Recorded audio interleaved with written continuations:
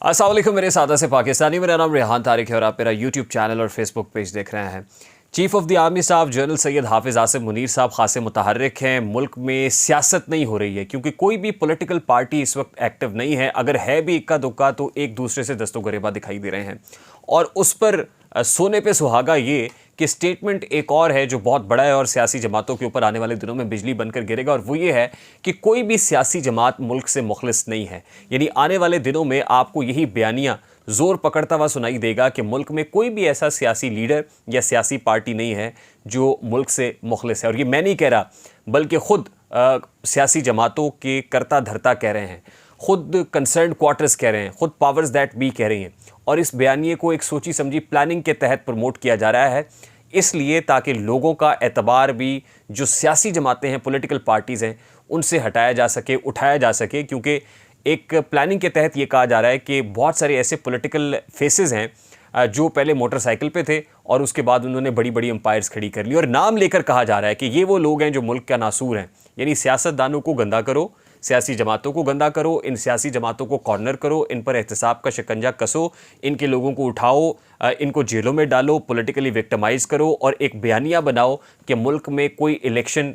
जो है वो नहीं अच्छी चीज़, ना ही कोई पॉलिटिकल पार्टी अच्छी चीज़ है, ना ही कोई इलेक्टेड वज़ीर आज़म अच्छी चीज़ है, बल्कि बेहतर लोग वही हैं जो हम प्लांट कर रहे हैं। इन दिनों मुल्क में सियासत तो नहीं हो रही, हाँ मईशत के ऊपर बैठक पे बैठक हो रही है, और ये बैठकें सियासतदान नहीं कर रहे बल्कि chief of the army staff general Syed हाफिज़ आसिम मुनीर कर रहे हैं, और उनके साथ बिजनेस कम्युनिटी है और बिजनेस कम्युनिटी को वो यकीन दहानियाँ करा रहे हैं। कॉन्फिडेंस बिल्डिंग मेजर्स के तौर पर इन मीटिंग्स को देखा जा रहा है, जिसमें कुछ बिजनेस कम्युनिटी के लोग आर्मी चीफ से ये मुतालबा करते हुए भी सुनाई देते हैं कि आप इलेक्शन ना कराएं तो बेहतर होगा, क्योंकि अभी इलेक्शन होंगे तो मामलात जो मईशत के हैं वो संभाले नहीं संभलेंगे, और ये जो फोकस है इस वक्त आपका SIFC के ऊपर, ये फोकस आउट हो जाएगा।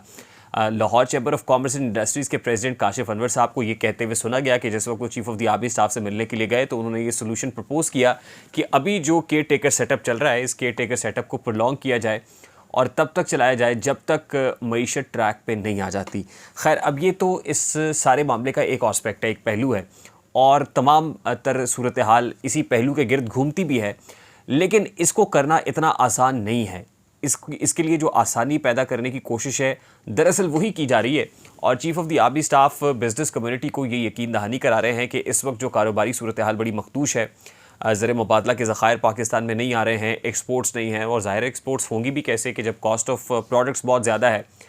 कॉस्ट ऑफ गुड्स बहुत ज़्यादा होगी तो वैल्यू एडेड प्रोडक्ट्स कहाँ से पैदा होंगी, और वैल्यू एडेड प्रोडक्ट्स पैदा नहीं होंगी तो फिर मार्केट के अंदर जो कम्पेटिटिव गुड्स हैं वो किस तरह से फ्लोट होंगी और पाकिस्तान की एक्सपोर्ट्स में बढ़ाई जा सकेंगी। एक्सपोर्ट्स इस वक्त कहाँ पर खड़ी है, नंबर्स बड़े अलार्मिंग हैं। FDIs नहीं आ रहे हैं, रेमिटेंसेस बहुत नीचे जा चुकी हैं,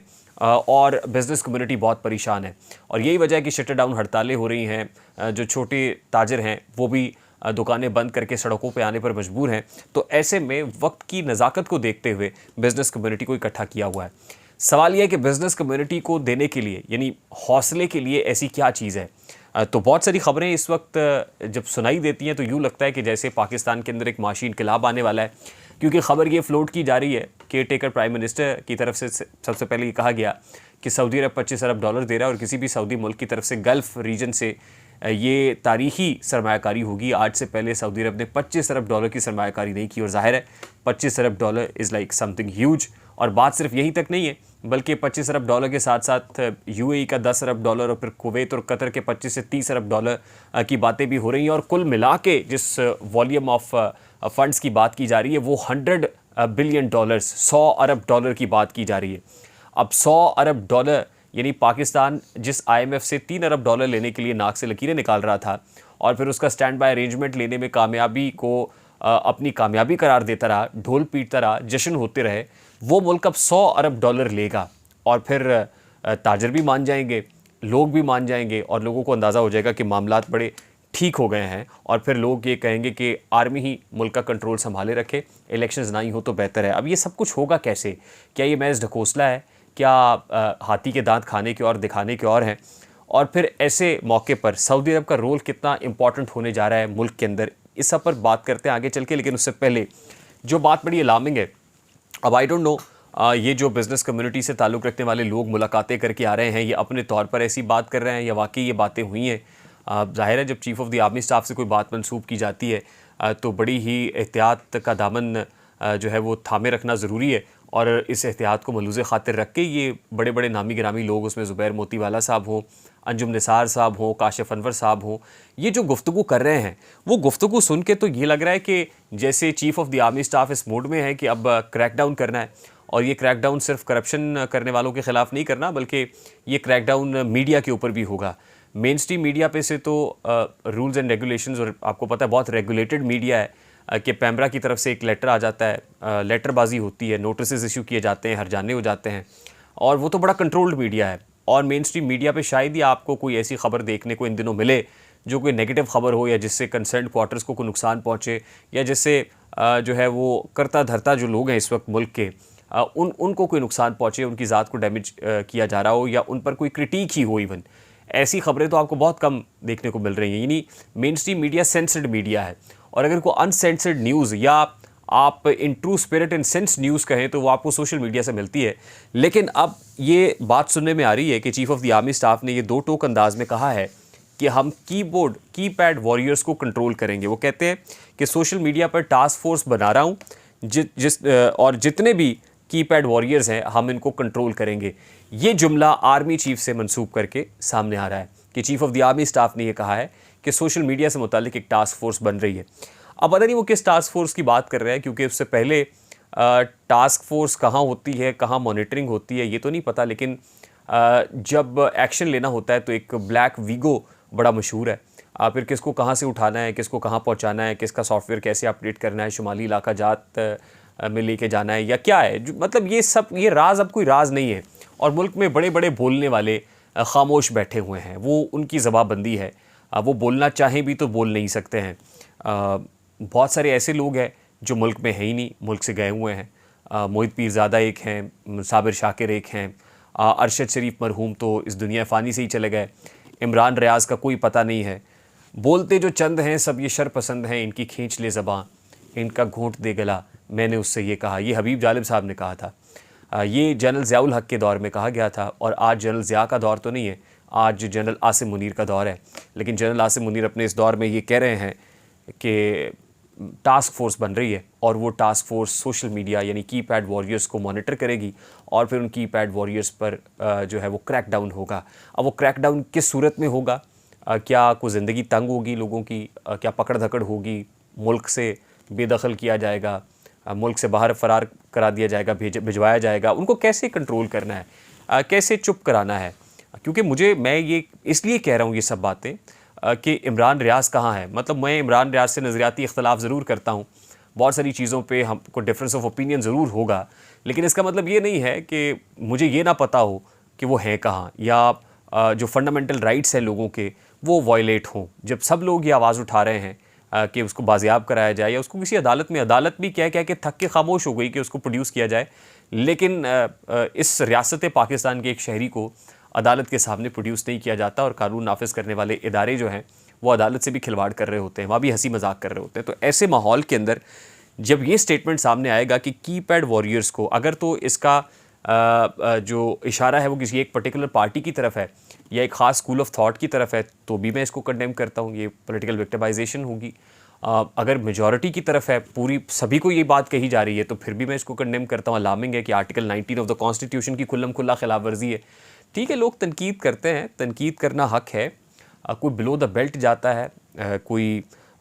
ऐसी बात करता है कि जो तहज़ीब के तमीज़ के दायरे में नहीं है, या उससे रियासत पाकिस्तान को नुकसान पहुँचता है। वैसे तो मैं ये समझता हूँ कि रियासत पाकिस्तान कोई मोम की गुड़िया नहीं है, या इतनी कमज़ोर चीज़ नहीं है कि जिसको किसी की कहे हुए लफ्ज़ों की तपिश से पिघलाया जा सकता है। रियासत बड़ी मजबूत होती है, और स्टेट को इस तरह इक्का दुक्का लोगों के कहने से कोई ख़ास फ़र्क पड़ना नहीं चाहिए है।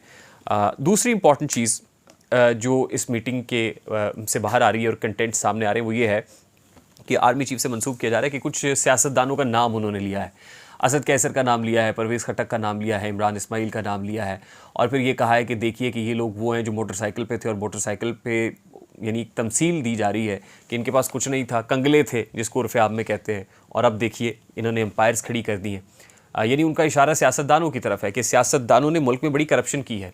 और फिर कोर कमांडर कराची की ज़िम्मेदारी लगाना, डीजी रेंजर्स को कहना कि सिक्योरिटी को देखें, ये लोग अब करप्शन को पकड़ेंगे। तो कहने का मतलब ये है कि ये तो खुल्लम खुल्ला धमकी है कि सियासतदान जो है सबसे पहले अगर आपको पता है कि इन लोगों ने ये किया है तो चले फिर इनकी प्रॉब करें, लेकिन प्रॉब कौन करेगा, इंटेरोगेशन कौन करेगा, क्योंकि आप तो कोई एहतसाब का इदारा नहीं है। एहतसाब का इदारा तो नैब है, और नैब को किस अंदाज में इस्तेमाल किया जाता रहा है वो सबको पता है। फिर FIA है, FIA हुकूमतों के ज़ेर तसल्लुत होती है, वफाकी तहकीकाती इदारा यानी वफाकी हुकूमत को रिपोर्ट करता है, वहाँ भी एक विक्टिमाइजेशन का अंसर मौजूद है। तो फिर कहने का मतलब ये है कि एहतसाब का नारा तो बहुत अच्छा लगता है, और साबिक वज़ीर आज़म और चेयरमैन PTI वो भी एहतसाब का नारा तो लगाते रहे, लेकिन वो क्या अपनी ही पार्टी का एहतसाब कर सके? नहीं कर सके। इसलिए मैं तो अब इस लफ्ज़ को सुन के कोई ज़्यादा संजीदा नहीं हो जाता कि एहतसाब होगा। एहतसाब की बात बहुत अच्छी लगती कि होना चाहिए, लेकिन होता कहाँ है? ये तो प्रैक्टिकली अमली तौर पर नामुमकिन है। और अगर वाकई एहतसाब किसी का करना है तो हमने बहुत सारी वीडियोस ऐसी बनाई हैं जिसमें हमने बहरिया टाउन के मालिक मलिक रियाज़ का जिक्र किया, तो फिर मलिक रियाज़ का एहतसाब कर लें, क्योंकि उनकी तो ऑडियोज़ भी आपके पास है, उनके लिए उनके खिलाफ सब्सटैंशियल एविडेंसेस भी मौजूद हैं। तो करिए एहतसाब, फिर टॉप से शुरू करें ताकि पता चले बड़े बड़े मगरमच्छों पर हाथ डाल रहे हैं। बल्कि ख़बर तो मेरे पास ये भी है कि सऊदी क्राउन प्रिंस जब पाकिस्तान पहुँचेंगे, और पाकिस्तान पहुंचने में ज़ाहिर मलिक रियाज़ जैसे लोग बड़े कनेक्टेड होते हैं, उनकी दोस्तियां भी होती हैं, तो शायद वो जो बहरिया टाउन पेशावर आ रहा है, और बहरिया टाउन पेशावर में बहुत सारी रुकावटें हैं भी, पेचीदगियां भी हैं, और आपको याद होगा कि बहरिया टाउन पेशावर के दफ्तर के ताले खुलवाने के लिए बुशरा बीबी से रब्ता किया गया था, तो उस वक्त हीरे की अंगूठियों का तबादला हुआ था महज इसलिए ताकि बहरिया टाउन पेशावर के मरकज़ी दफ्तर के ताले खुलवाए जाएँ। तो अगर उस वक्त वो उनको अप्रोच कर रहे थे, आज उनकी दाल नहीं गल रही, तो सऊदी क्राउन प्रिंस को या शाही ख़ानदान को भी अप्रोच किया जा रहा है। और गालिब इम्कान है कि जिस वक्त वो यहाँ पहुँचे, पाकिस्तान आए, तो कहीं मलिक रियाज़ साहब की सिफारिश भी की जाए कि इनको काम करने दें। इतना बड़ा टाइकून है, और ज़ाहिर है इससे तो कोई इनकार नहीं है किसी को। ये तो अब ख़ुद साबिक़ वज़ीर आज़म इमरान खान साहब भी अपनी तकरीर में कह चुके हैं कि बड़ा बिल्डर है, और वो फौरी तौर पर पलक झपकते ही काम कर देता है। तो हो सकता है कि वो बहरिया टाउन पेशावर के अंदर जो लीगल मामलात आए हुए हैं, रुके हुए हैं, शायद उसको जो ब्रेक लगी हुई है अब वो भी खुल जाए। दूसरी इंपॉर्टेंट चीज़ यह है कि सऊदी क्राउन प्रिंस जब पाकिस्तान पहुँचेंगे 4-6 घंटे के मुख्तसर से दौरे के लिए, तो मैं बार बार ये कहता रहा हूँ कि उनको इलेक्शंस के नाम से चिढ़ है। उनको इलेक्शन से कोई बहुत फैसिनेट नहीं करते, ना ही वो प्रेशराइज़ करेंगे किसी को कि इलेक्शंस कराओ। बल्कि अगर सऊदी अरब ने $25 अरब देने हैं, और $25 अरब का तसलसल ये कि $100 अरब के ऊपर लेके जाना है, तो सऊदी अरब की कंडीशन ये है कि मुल्क में अभी इलेक्शंस नहीं होने चाहिए। ये मुल्क में ये जो आवे आवे जावे जावे के नारे हैं ना, ये ना लगवाएं भाई, हमें हमारे कान दर्द करते हैं। और यही वजह है कि बिज़नेस कम्युनिटी से भी यही बातें कहलवाई जा रही हैं, और बिज़नेस कम्युनिटी ये कह रही है कि जी हमने तो आर्मी चीफ़ को ये कहा है कि इलेक्शंस ना कराएं। तो फिर आप समझें बात को, ये सिग्नल है जो आपको दिया जा रहा है, और सिग्नल से आपको ये बात समझाने की कोशिश की जा रही है कि अगर इलेक्शंस होंगे तो मुल्क में अनसर्टेनिटी होगी, और अगर सियासी गैर यकीनी होगी तो ये जो मईशत के लिए SIFC जैसा इदारा काम कर रहा है, या बहुत सारे जो खलीजी ममालिक हैं वो गारंटीज़ दे रहे हैं, तो वो यकीन दहानियाँ उनकी हवा हो जाएंगी, ये पैसे पाकिस्तान पहुँच नहीं सकेंगे। तो इसलिए अभी इलेक्शंस जो है वो उसका मुतहम्मिल पाकिस्तान नहीं हो सकता। और फिर मैंने आपको ये बता दिया था कि अगर अभी इलेक्शंस का मुतहम्मिल पाकिस्तान नहीं हो सकता, तो आने वाले 2-3 सालों में पाकिस्तान इलेक्शंस का मुतहम्मिल बिल्कुल नहीं हो सकता। और अगर वाकई ये $25 अरब भी पहुंच जाते हैं ना, $100 अरब तो बात की बात है, $10 अरब भी पहुंच जाते हैं,